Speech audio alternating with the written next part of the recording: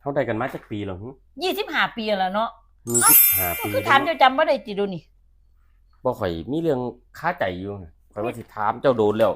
ข่อยบ่กล้าถามแม่นหยัง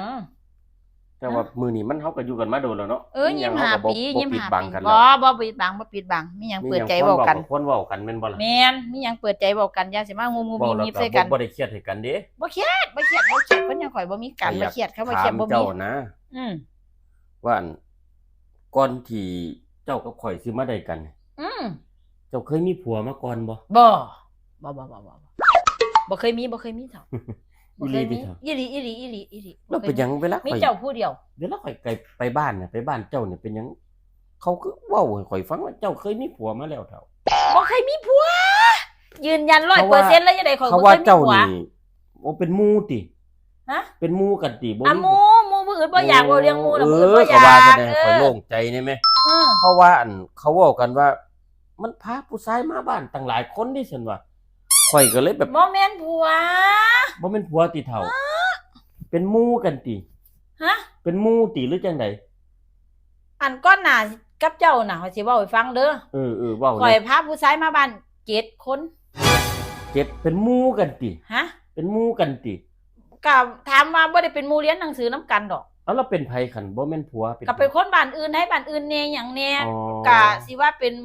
หมู่ในหนังสือนำกันก็บ่ใช่คำว่าบ่แม่นหมู่เรียนหนังสือนำกันนะเป็นคนบ้านอื่นเป็นหมู่ที่ว่าเฮ็ดงานนำกันเป็นหมู่ที่เฮ็ดงานนำกันแน่หยังแน่ล่ะเฒ่า7 คน7 คนบ่7 คนที่พามาบ้านเลยน่ะบ่แม่นผัวบ่แม่นผัวเป็นหยังคนบอกว่าข่อยเป็นผัวข่อยติบ่เจ้าน่ะเป็นผัวข่อย7 คนที่พามาน่ะบ่แม่นผัวดิเฒ่าคู่ซ่อม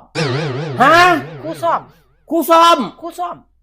ข่อยเป็นผัวเจ้าเป็นผัวผู้เดียวเพราะว่า7 คนน่ะที่พามาน่ะบ่มีผู้ใดได้แต่งได้แปลงเลยเจ้าเป็นผู้แรกที่ได้แต่งข่อยเจ้าฮู้บ่ข่อยสิเว้าให้ฟังเฒ่าเอ้ย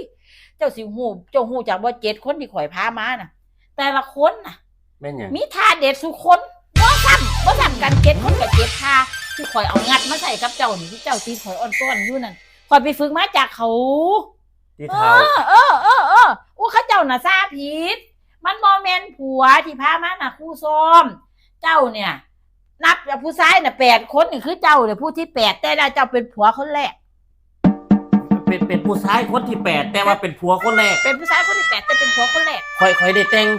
เจ้าได้แต่ง7 คนในผ่านมาบ่มีไผแต่งข่อยจะคนเนาะบัก7 คนนั่นสิแตกฟรี